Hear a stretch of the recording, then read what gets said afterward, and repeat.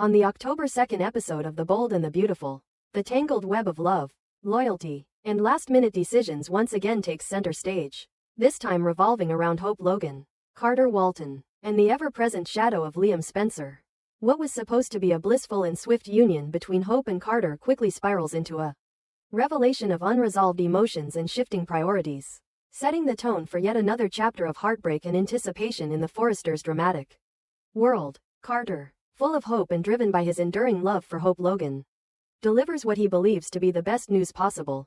He's managed to convince Ridge Forrester to bring Hope back into the fold, reinstating her status and relevance within the Forrester Creations family. It's the professional redemption Hope had longed for, a sign that things might finally be going right, but instead of bringing clarity, it complicates everything. Carter's timing is both perfect and disastrous. His declaration of love and eagerness to make their commitment official catches Hope off guard. He doesn't want to wait another minute. He wants to be her husband today, no delays, no distractions. For Carter, it's now or never. He sees this as their moment, the final step toward forever. But Hope's reaction is far from joyful. Her face tightens. There's hesitation in her eyes. It's the look of a woman trapped between gratitude and guilt, affection and doubt. Earlier, Hope had confided in Brooke Logan Forrester about her reservations. Her heart, it seems, is not entirely in the place Carter believes it to be.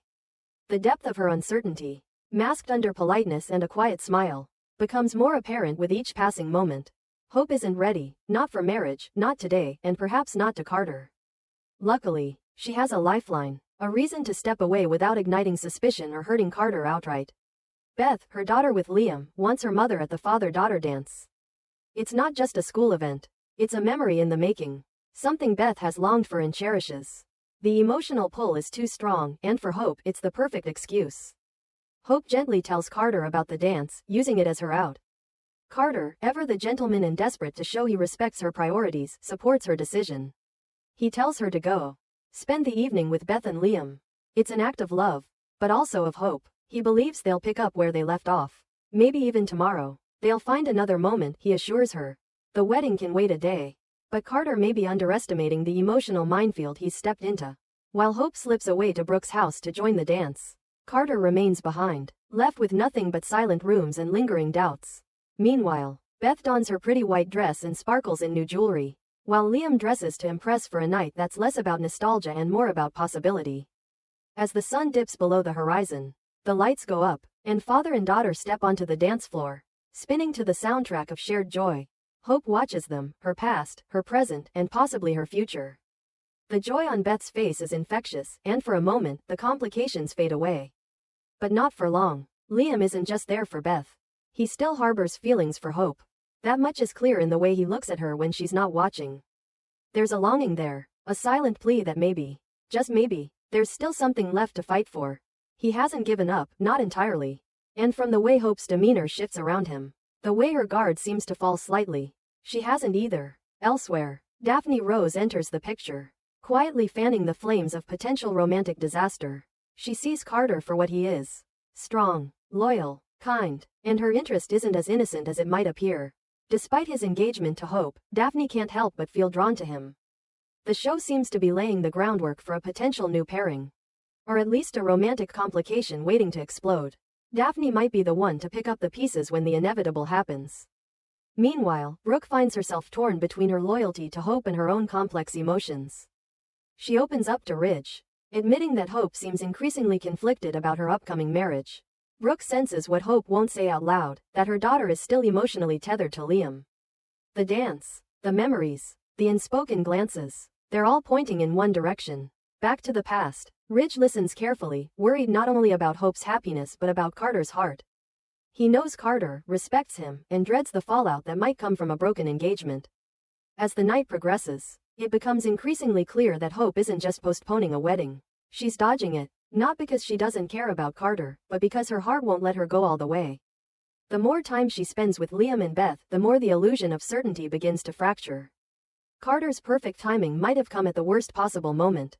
By the time Hope returns home, it's no longer just about needing time. It's about facing the truth. Her love for Carter, though real, may not be enough to build a marriage on. The sense of urgency Carter felt, his desire to lock it down before it slips away, wasn't misplaced. On some level, he knew. And now, so does everyone else. This storyline doesn't just hinge on a missed wedding. It hinges on a woman being pulled between two lives. One that offers stability and safety, and another that promises history, passion, and uncertainty. Hope stands at the center of a storm she didn't fully see coming. And Carter, poised to be her husband just hours ago, may soon find himself nursing a broken heart instead. The emotional tension doesn't end here. If anything, the ripple effect begins now. Ridge, armed with Brooke's insight, may take it upon himself to speak with Carter, perhaps to prepare him for what's coming. There's a strong chance Ridge will try to warn him, to shield him from the full force of heartbreak before it hits. Carter has waited so long for his happy ending. Always the loyal friend, the reliable romantic who gives more than he receives. And once again, he may find himself watching someone walk away. Meanwhile, Liam, perhaps emboldened by the night's events, may find the courage to confront Hope about what she truly wants. Whether he says it directly or simply lets his presence speak for itself. His message is clear. The door isn't closed. Not for him. Not for Beth. Not for their family. Hope's next move will define everything. The decision to delay a wedding, to prioritize a dance with her daughter and ex-husband, wasn't just a scheduling conflict. It was a declaration, subtle but powerful, that she's not ready to let go of what she once had. And Carter? He may sense it now more than ever. He may already know that the wedding he hoped for is slipping through his fingers. That Hope's heart, however kind and well-meaning, belongs somewhere else. The October 2nd episode of The Bold and the Beautiful doesn't end with fireworks or finality. It ends with a question that hangs heavy in the air. Can love built on gratitude survive the pull of a love built on history? For now, all we know is this: Hope Logan didn't show up to her wedding. And in a show like The Bold and the Beautiful, that can only mean one thing. The storm has just begun. The Bold and the Beautiful spoilers. Electra explodes. Luna in peril. And a deadly secret threatens to unravel everything next week on The Bold and the Beautiful. Chaos ignites as long-buried secrets explode to the surface. Claws come out in full force. And the fragile peace holding the Forrester and Spencer families together is violently shattered. The CBS soap is about to unleash one of its most volatile showdowns yet. An episode brimming with rage, betrayal, a dangerous pregnancy, and the horrifying aftermath of a brutal attack. It all centers around Electra Forrester, Will Spencer Jr., and Luna Nozawa, the twisted triangle no one saw coming. Luna's shocking pregnancy bombshell didn't just stir up tension.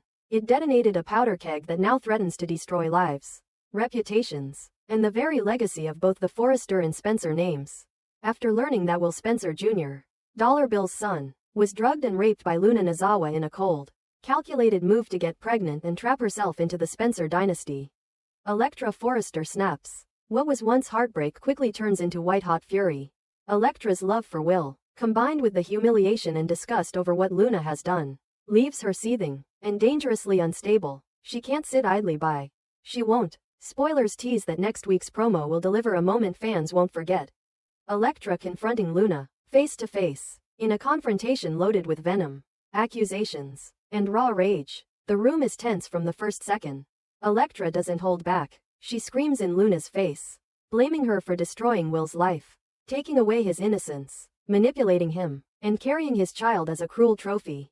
But Luna doesn't flinch. She pushes back, taunting Electra, mocking her broken heart, and flaunting her pregnancy like a twisted prize. Her arrogance is chilling. She thinks she's won. She thinks Will and the baby have secured her future. She believes Electra is weak, defeated. She's wrong. That's when Electra loses control. The moment Luna smirks, Electra's fury boils over. Her fist connects hard with Luna's face in a savage punch that knocks her back. The pregnant woman stumbles, dazed, crashing into furniture as she clutches her stomach in panic. It's a gut-wrenching sight. Luna, who fought so ruthlessly to get pregnant, now at risk of losing it all in one instant of rage-fueled violence. The scene cuts to Luna staggering across the room, in visible pain, her face twisted with fear and disbelief. The camera lingers on her trembling hands, the blood beginning to seep, ominous, threatening, a signal of something potentially catastrophic. What happens next is where the real danger begins. Luna, for all her scheming and cold calculation, can't go to the hospital. She can't call for help. She's not supposed to exist. She faked her death to escape justice and manipulate her way into the Spencer fortune. If she shows up at a hospital, if her face is seen by anyone with access to public records or a television, it's over. The authorities will be alerted. Questions will be asked. Arrests will follow. Luna will be exposed, not just as a predator but as a fugitive. That's the cruel irony. Even as she bleeds and fears for her unborn child, Luna must weigh her survival against her freedom. Seeking help means confessing everything. It means admitting she's alive. It means jail. And Electra? She walks away, for now. Technically, Luna can't even call the cops on her. Doing so would expose her own crimes. It's a twisted trap of her own making, a web of lies finally closing in. What once gave her power, her secrets, now makes her utterly vulnerable. She's alone, in hiding, injured, and carrying a child she may not be able to protect. The fallout could be catastrophic. Meanwhile, Electra's own arc darkens. The attack on Luna may be just the beginning. She's not remorseful. She doesn't regret hitting her. In her mind, Luna deserved it. She's a predator, a liar, a manipulator, and worst of all, she's pregnant with Will's baby. The idea eats away at Electra's soul. Every moment she imagines that child being born, being raised under the Spencer name, is like poison in her veins. She knows she didn't just throw a punch. She struck at the core of everything Luna tried to build. And Will? His voice remains disturbingly silent. Whether out of shame, trauma, or manipulation, he's not stepping forward yet. But the truth hangs over everything. The night Luna drugged and forced herself on him has changed him. Whether or not he acknowledges it now, it's a scar that won't heal easily. And once Dollar Bill discovers what Luna did to his son, the full wrath of the Spencer Empire will crash down. As next week's episodes unfold, Luna's condition will take a grim turn. Spoilers suggest signs of a possible miscarriage. Pain intensifies. Bleeding worsens. She's trapped between the need to protect her secret and the instinct to save her unborn child. Every moment she delays help puts the baby, and herself, at greater risk. Her pride and fear may cost her everything. At the same time, Electra begins spiraling deeper. Her guilt is clouded by rage. And the voices around her, those who love Will, those who trusted Luna, may start turning to her side. She becomes a symbol of justice for some, revenge for others. Her strike may be painted not as a crime but as an act of righteous fury. And that makes her dangerous. Other characters begin to circle the situation. Brooke Logan hears whispers of the confrontation. Ridge Forrester, always caught between scandal and family legacy, feels the walls closing in. Steffi may step in to defend Electra, while Finn is left in an impossible position, knowing Luna needs medical care but also knowing what exposure could mean. Tensions rise fast. Secrets are unsustainable. Someone will crack. The question remains, will Luna survive this? Will she save her baby? Will she come clean, face justice, or vanish again into the shadows, carrying Will's child and the weight of her sins? And what of Electra? Will she face charges, or become the next antihero the audience can't look away from? One thing is certain, next week on The Bold and the Beautiful, the claws are out, the blood is real, and no one is safe.